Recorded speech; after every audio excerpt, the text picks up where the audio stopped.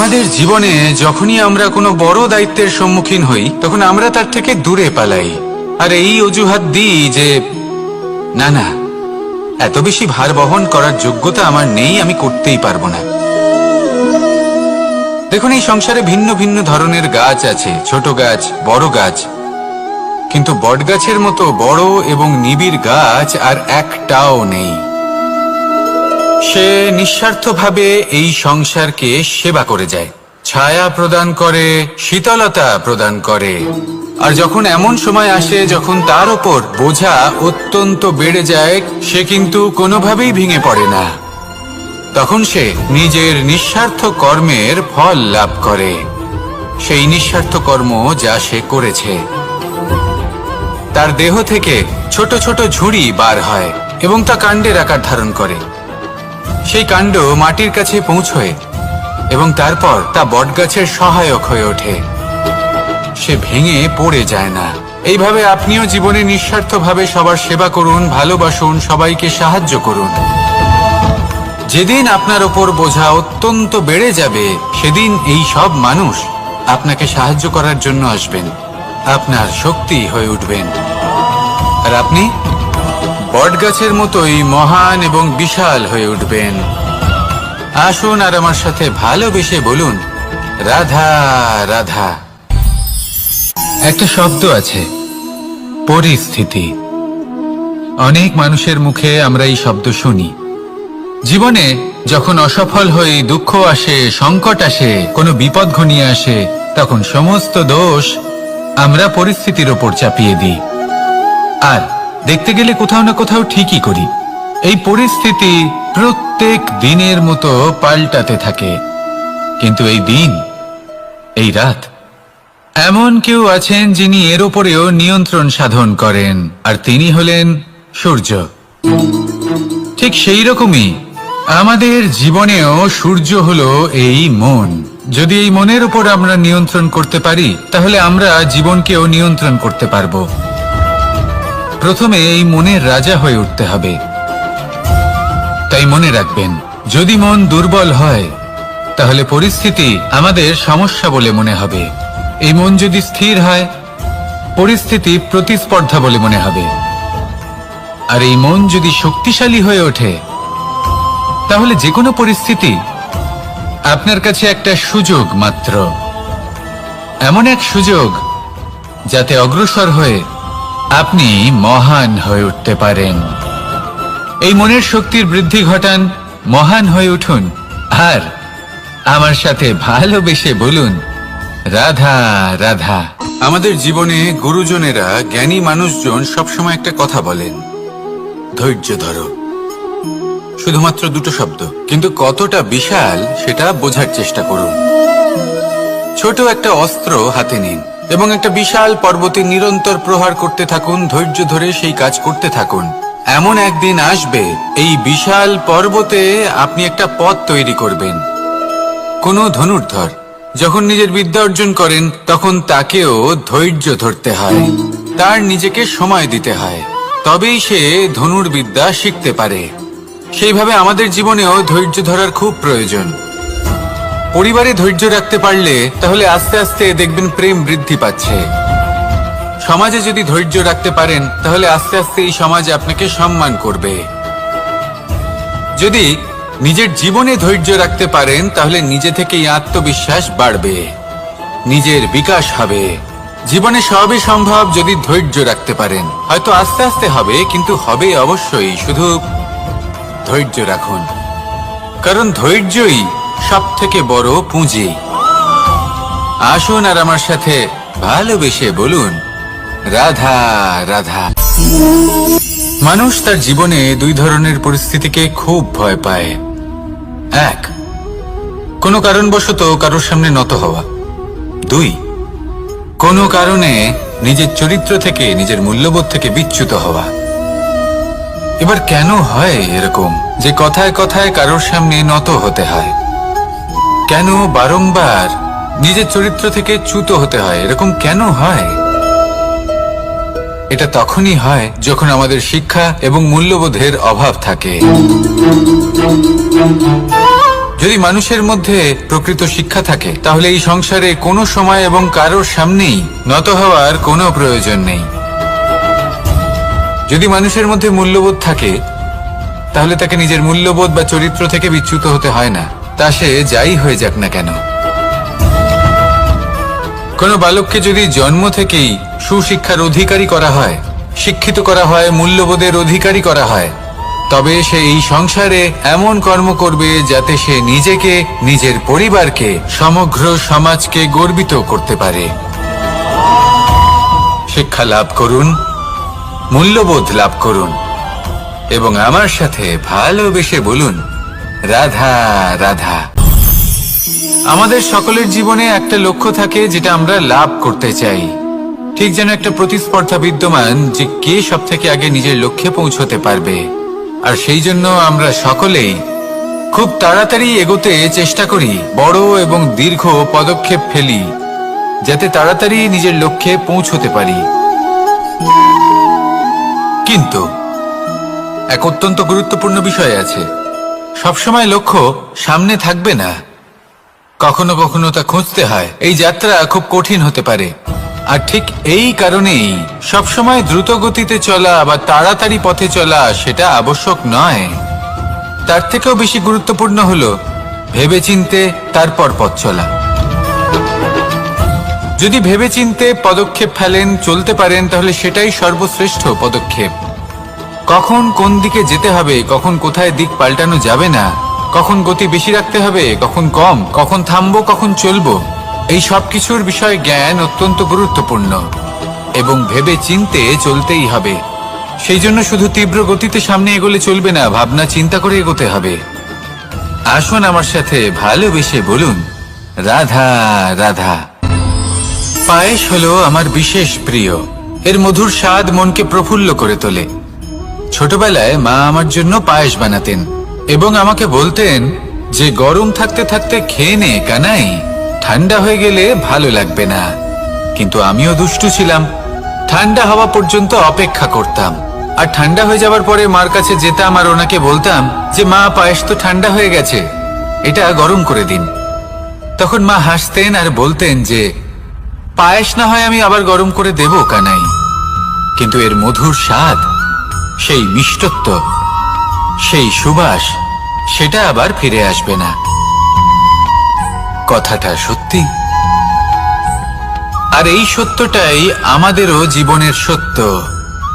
আমাদের জীবনের মধুর সম্পর্কগুলি, এতে যখন কটুভাব প্রবেশ করে তখন সেই মিষ্টত্ব ফিরিয়ে আনা প্রায় অসম্ভব ব্যাপার হয়ে যায়। আপনি চেষ্টা করে সেই সম্পর্ক ঠিক করতেই পারবেন, তার জন্য অগাধ পরিশ্রম করতে হবে, কিন্তু আবার সেই মিষ্টত্ব কখনো ফিরে আসবে না। সেই জন্য আপনার জীবনের যে মধুর সম্পর্ক আছে, যতটা সম্ভব চেষ্টা করুন তাতে মিষ্টত্ব বজায় রাখতে। কটুভাব আসতে দেবেন না। আসুন আর আমার সাথে মধুর স্বরে বলুন, রাধা রাধা। খুব সুন্দর একটা কাহিনী আছে। একবার এক ব্যক্তি নিজের অসফলতার জন্য ত্রস্ত হয়ে সময় দেবতার তপস্যা করতে বসলেন। উনি তপস্যা করলেন এবং সময় দেবতা প্রসন্ন হলেন, মানুষের রূপ ধারণ করে ওনার সামনে প্রকট হলেন। এবার সেই ব্যক্তি ওনাকে জিজ্ঞেস করলেন যে কি এমন আছে যার জন্য আপনি বারবার জয়ী হন আর আমি চিরকাল পরাজিত হয়ে থাকি? কেন এত পরিশ্রম করা সত্ত্বেও আমি সাফল্য লাভ করতে পারি না?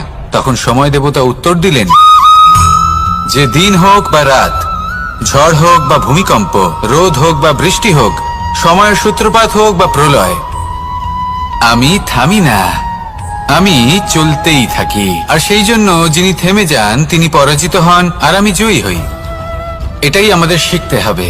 জীবনে সবসময় চলতে থাকুন, কখনো থামবেন না। হ্যাঁ, কিছুক্ষণের জন্য বিরতি নিতে পারেন, বিশ্রাম করার জন্য, নিজেকে আরো সশক্ত করে তোলার জন্য, কিন্তু থেমে যাবেন না। নিরন্তর কর্ম করতে থাকুন, পরিশ্রম করতে থাকুন, তবেই এই সংসার আপনাকে মনে রাখবে।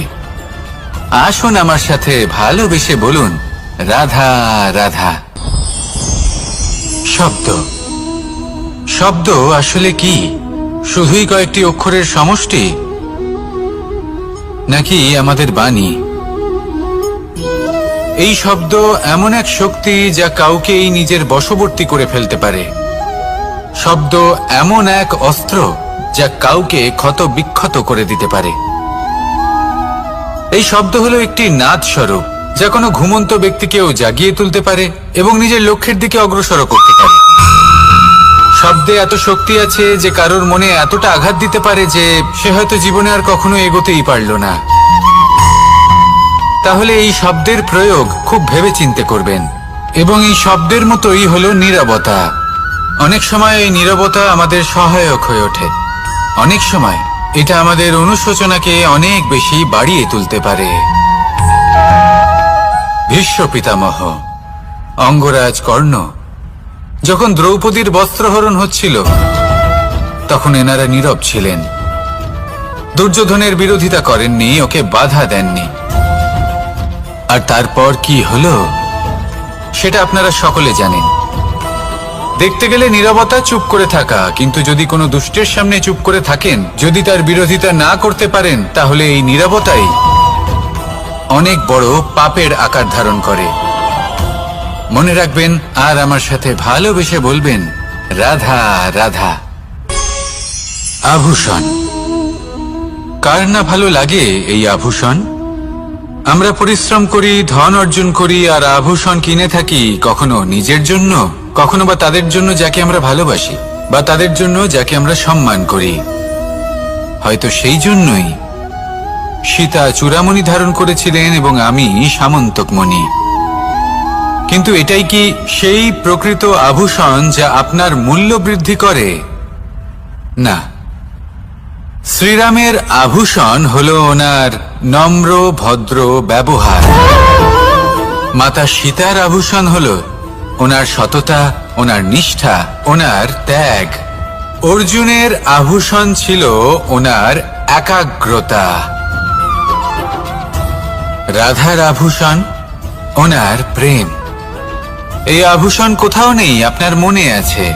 যদি আপনার মনে মিষ্টতা থাকে, তা শান্ত হয়, তাতে সততা থাকে, নিষ্ঠা থাকে এবং প্রেম থাকে, তাহলে আপনার অন্য আর কোনো আভূষণের কোনো প্রয়োজন নেই। আপনি যতই ভিড়ের মাঝে থাকুন, আপনার ঔজ্জ্বল্য চোখে পড়বে। আসুন আর আমার সাথে ভালোবেসে বলুন, রাধা রাধা। এই সংসারের সবথেকে বড় সত্যি হলো জন্ম এবং মৃত্যু, কিন্তু আরো বড় একটা সত্য আছে, মিত্র এবং শত্রু, যা আমাদের সকলের জীবনে থাকে। মিত্র সে যে আমাদের সঙ্গ দেয় এবং সংসারের সবথেকে উঁচু শিখরে আমাদের নিয়ে যায়, এবং শত্রু সে যে যে কোনো মুহূর্তে যে কোনো শিখর থেকে আমাদের নিচে ফেলে দিতে পারে। এবার বিচিত্র ব্যাপার হলো এটাই যে আমরা নিজেরাই এদের সাথে নিয়ে চলি, নিজেরাই এদের পালন করি। তা কি করে? প্রথমে বুঝুন এই মিত্র এবং শত্রু কারা। আপনার নিজের মন, আর কেউ নয়। এই মনই হলো মিত্র যখন তাতে ভারসাম্য বজায় থাকে, তা নিয়ন্ত্রিত থাকে, তা পবিত্র হয়। কিন্তু যদি এই মন অনিয়ন্ত্রিত হয়ে পড়ে, যদি আপনাকে সে নিয়ন্ত্রণ করতে শুরু করে, তখন সেই আপনার সবথেকে বড় শত্রু হয়। সেই জন্য এই মনের ওপর নিয়ন্ত্রণ রাখতে শিখুন, এতে ভারসাম্য বজায় রাখতে শিখুন। তাহলে আপনি এমন এক বন্ধুকে পাবেন যে আপনাকে এই সংসারের শিখরে পৌঁছে দেবে। আসুন আমার সাথে ভালোবেসে বলুন, রাধা রাধা। ঈশ্বর আসলে কে? সংসারের বেশিরভাগ মানুষের কাছে ঈশ্বর হলেন এই সংসারের রচয়িতা, পালনকর্তা। কারোর কাছে উনি জ্ঞাতা, কারোর কাছে উনি হলেন আস্থার প্রতীক, আবার কারোর জন্য শুধুমাত্র অন্ধ বিশ্বাস। কিন্তু এই ঈশ্বর কি কোনো শরীর, নাকি একটা বোধ, নাকি শুধুই শ্রদ্ধা? ঈশ্বর হলেন তিনি যিনি হলেন আপনার ইষ্ট। সেই জন্যই তো গুরু, মাতা, পিতা এনাদেরও ঈশ্বরই বলা হয়েছে। যাদেরকে আমরা ঈশ্বর বলে মনে করি, যারা আমাদের ইষ্ট, তারা আমাদের একটি পথ দেখান, একটি দিকে চালিত করেন। সেই পথে চলে আপনি শুভ কর্ম করতে পারেন। আর যখন কোনো ব্যক্তি তার ঈশ্বরের আদেশ পালন করেন তখন সে নিজে থেকেই শুভ পথে অগ্রসর হয়ে যান। বেশ কয়েকজন মানুষ ঈশ্বরের ওপর আস্থা রাখেন এবং ভাবেন যে অনুচিত কোনো কাজ করা উচিত নয়, ঈশ্বর দেখছেন। ওনারা ভয় পান যে কোনো অনুচিত কর্ম করলে কে জানে তার পরিণাম কি হবে। এমন অনেক ব্যক্তি রয়েছেন যারা ঈশ্বরকে বিশ্বাস করেন এবং জানেন যে ঈশ্বর তাদেরকে দেখছেন, তাই যে যে শুভ কর্ম ওনারা করেছেন তার ফল তারা অবশ্যই পাবেন। এবার আপনি ভয় পেয়ে ঈশ্বরকে বিশ্বাস করবেন নাকি বিশ্বাসের দ্বারা ঈশ্বরকে বিশ্বাস করবেন, সেই সিদ্ধান্ত আপনারই। কিন্তু হ্যাঁ, যদি আপনার মনে ঈশ্বরের জন্য কোনো স্থান থাকে, যদি আপনার কোনো ইষ্ট থাকেন, যদি আপনি কাউকে ঈশ্বর মনে করেন যার প্রত্যেক আদেশ আপনি পালন করে থাকেন, তাহলে বলি ঈশ্বর কখনো আপনাকে অনুচিত পথে চালিত করবেন না। আসুন আমার সাথে ভালোবেসে বলুন, রাধা রাধা। এই সংসারে ভিন্ন ভিন্ন ধরনের গাছ আছে, অসংখ্য ধরনের প্রজাতি আছে। কিছু গাছ পাতা দিয়ে থাকে, কিছু ফুল, কিছু ফল। কেউ ছায়া প্রদান করে, কেউ শীতলতা প্রদান করে, কেউ নিজেকে খুব কষ্ট দিয়ে এই সংসারের বিকাশে সহায়ক হয়ে ওঠে। কিন্তু এই সবার মধ্যে একটা বিষয় কিন্তু সমান, এরা প্রত্যেকেই পাতা ছাড়া, ফুল ছাড়া, ফল ছাড়া জীবিত থাকতেই পারে, কিন্তু কোনো বৃক্ষই শিকড় ছাড়া বেঁচে থাকতেই পারে না। এটাই হলো রাধার।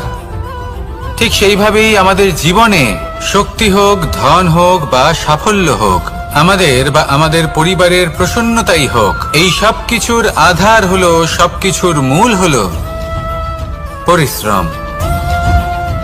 তাই জীবনে চিরকাল পরিশ্রম করতে থাকুন। যদি আপনি জীবনে মহান হবার পথে অগ্রসর হতে চান, তাহলে পরিশ্রম করুন।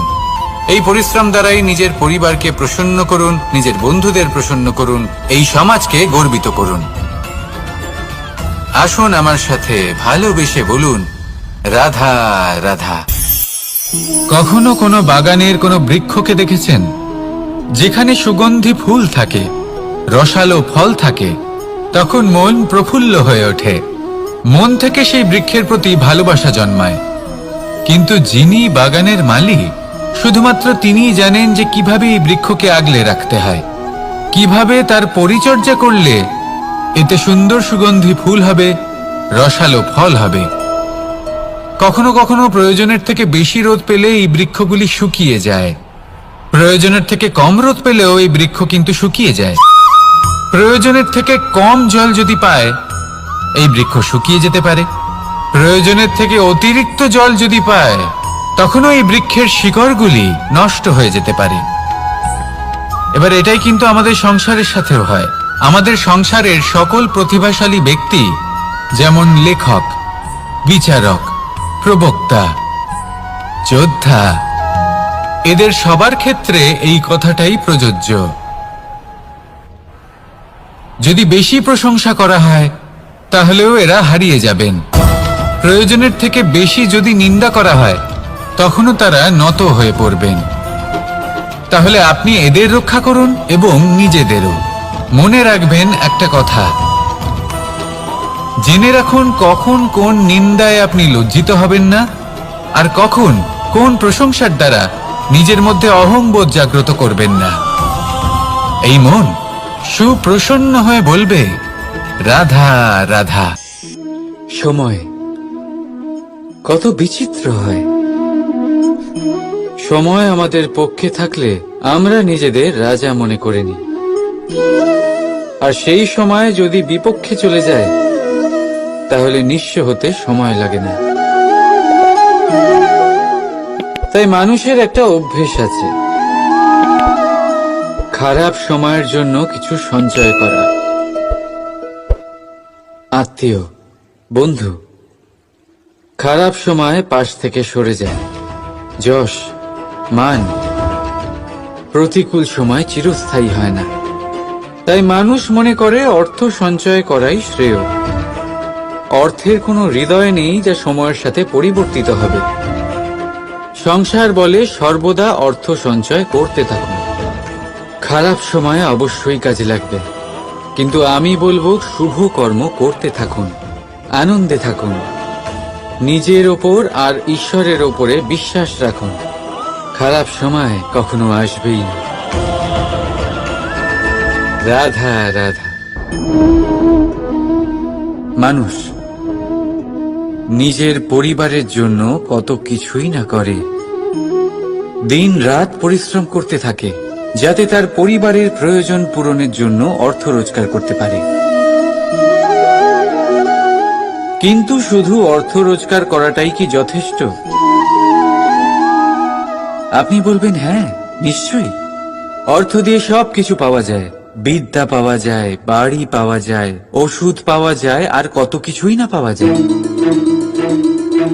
এই সব একটা পর্যায় পর্যন্ত সঠিক, কিন্তু একটু মন দিয়ে ভেবে দেখুন, যখন কোনো শিশু অসুস্থ হয়ে পড়ে তখন সে ওই তিক্ত ওষুধ কেন খেয়ে নেয়?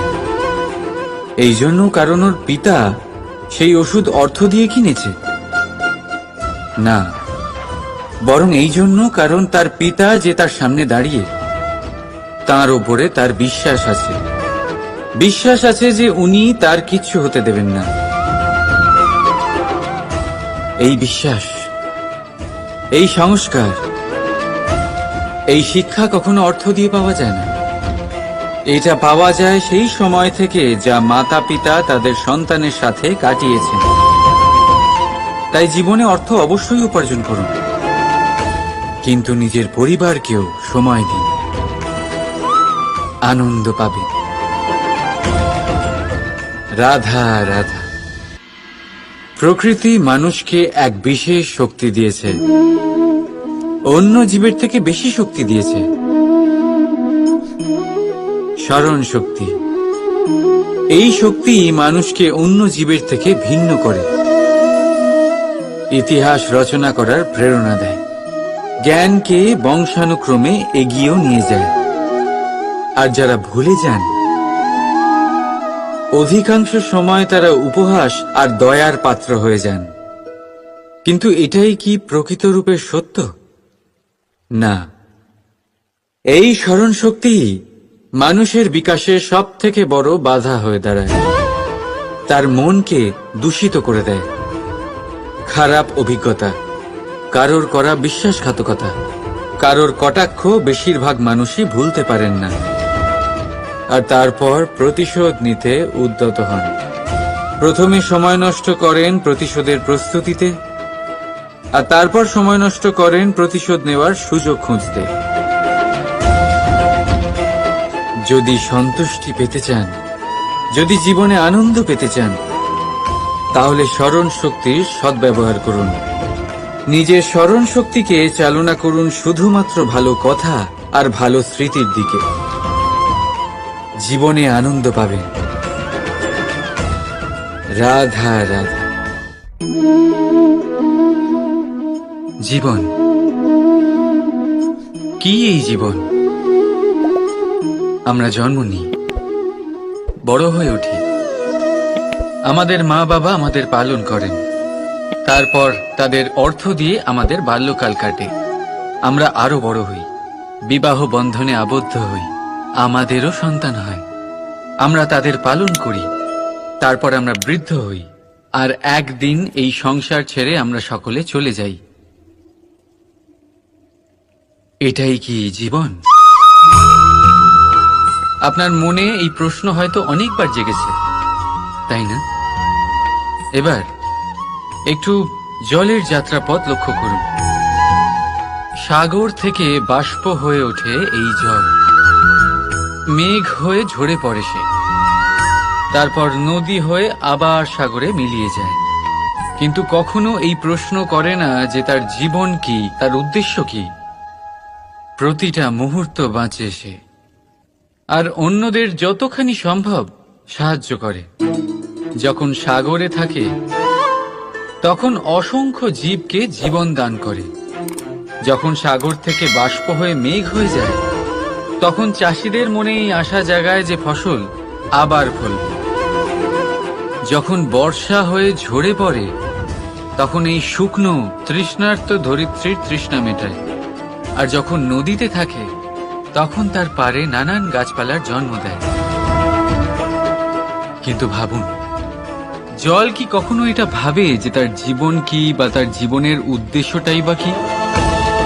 না, সে শুধু নিজের ধর্ম পালন করে যায় আর যতটা সম্ভব সবাইকে আনন্দ প্রদান করতে থাকে।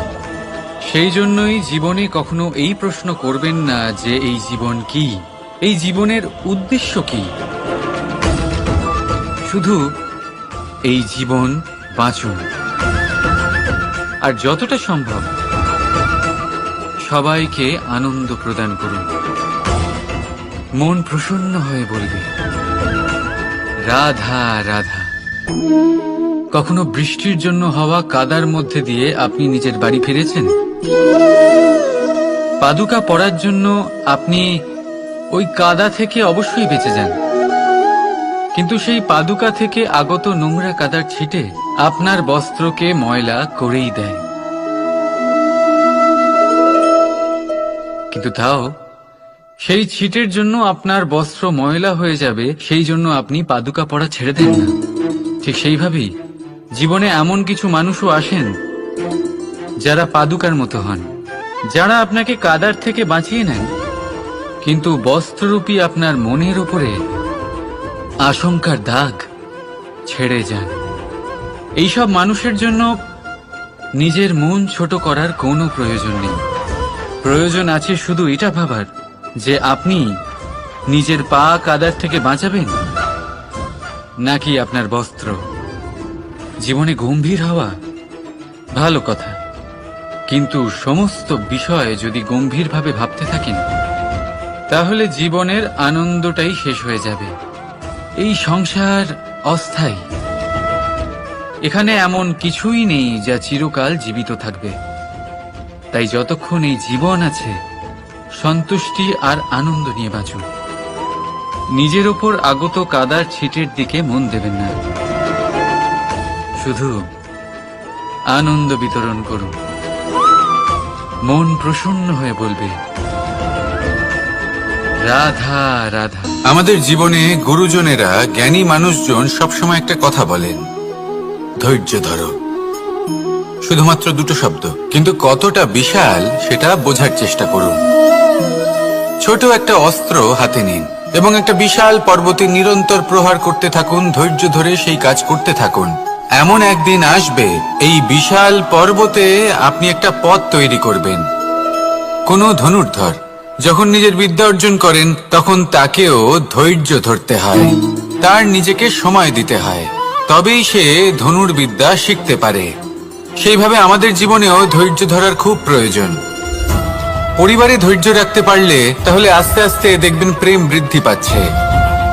সমাজে যদি ধৈর্য রাখতে পারেন তাহলে আস্তে আস্তে এই সমাজ আপনাকে সম্মান করবে। যদি নিজের জীবনে ধৈর্য রাখতে পারেন তাহলে নিজে থেকেই আত্মবিশ্বাস বাড়বে, নিজের বিকাশ হবে। জীবনে সবই সম্ভব যদি ধৈর্য রাখতে পারেন। হয়তো আস্তে আস্তে হবে, কিন্তু হবে অবশ্যই। শুধু ধৈর্য রাখুন, কারণ ধৈর্যই সব থেকে বড় পুঁজি। আসুন আর আমার সাথে ভালোবেসে বলুন রাধা রাধা। আমাদের জীবনে যখনই আমরা কোনো বড় দায়িত্বের সম্মুখীন হই তখন আমরা তার থেকে দূরে পালাই আর এই অজুহাত দিই যে না না, এত বেশি ভার বহন করার যোগ্যতা আমার নেই, আমি করতেই পারবো না। দেখুন, এই সংসারে ভিন্ন ভিন্ন ধরনের গাছ আছে, ছোট গাছ, বড় গাছ, কিন্তু বটগাছের মতো বড় এবং নিবিড় গাছ আর একটাও নেই। সে নিঃস্বার্থভাবে এই সংসারকে সেবা করে যায়, ছায়া প্রদান করে, শীতলতা প্রদান করে।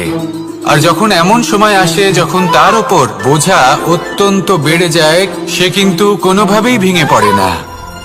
তখন সে নিজের নিঃস্বার্থ কর্মের ফল লাভ করে, সেই নিঃস্বার্থ কর্ম যা সে করেছে। তার দেহ থেকে ছোট ছোট ঝুড়ি বার হয় এবং তা কাণ্ডের আকার ধারণ করে।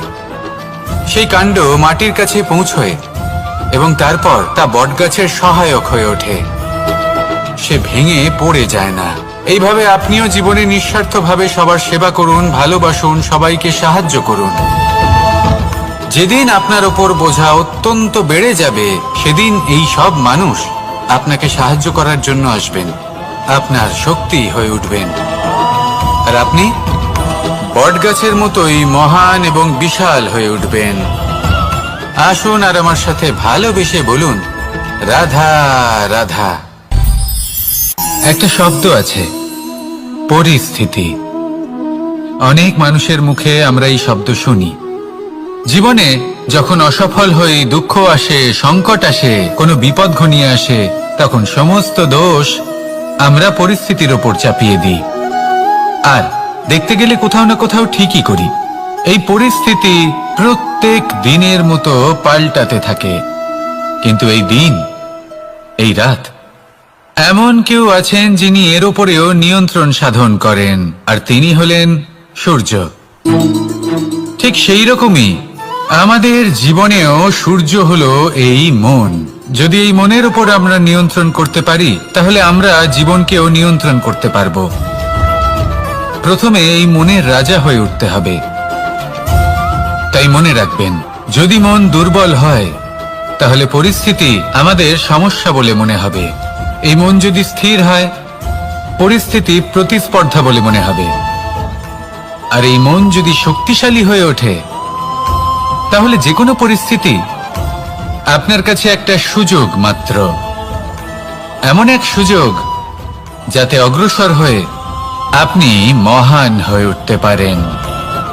এই মনের শক্তির বৃদ্ধি ঘটান, মহান হয়ে উঠুন, আর আমার সাথে ভালোবেসে বলুন, রাধা রাধা। খুব সুন্দর একটা কাহিনী আছে। একবার এক ব্যক্তি নিজের অসফলতার জন্য ত্রস্ত হয়ে সময় দেবতার তপস্যা করতে বসলেন। উনি তপস্যা করলেন এবং সময় দেবতা প্রসন্ন হলেন, মানুষের রূপ ধারণ করে ওনার সামনে প্রকট হলেন।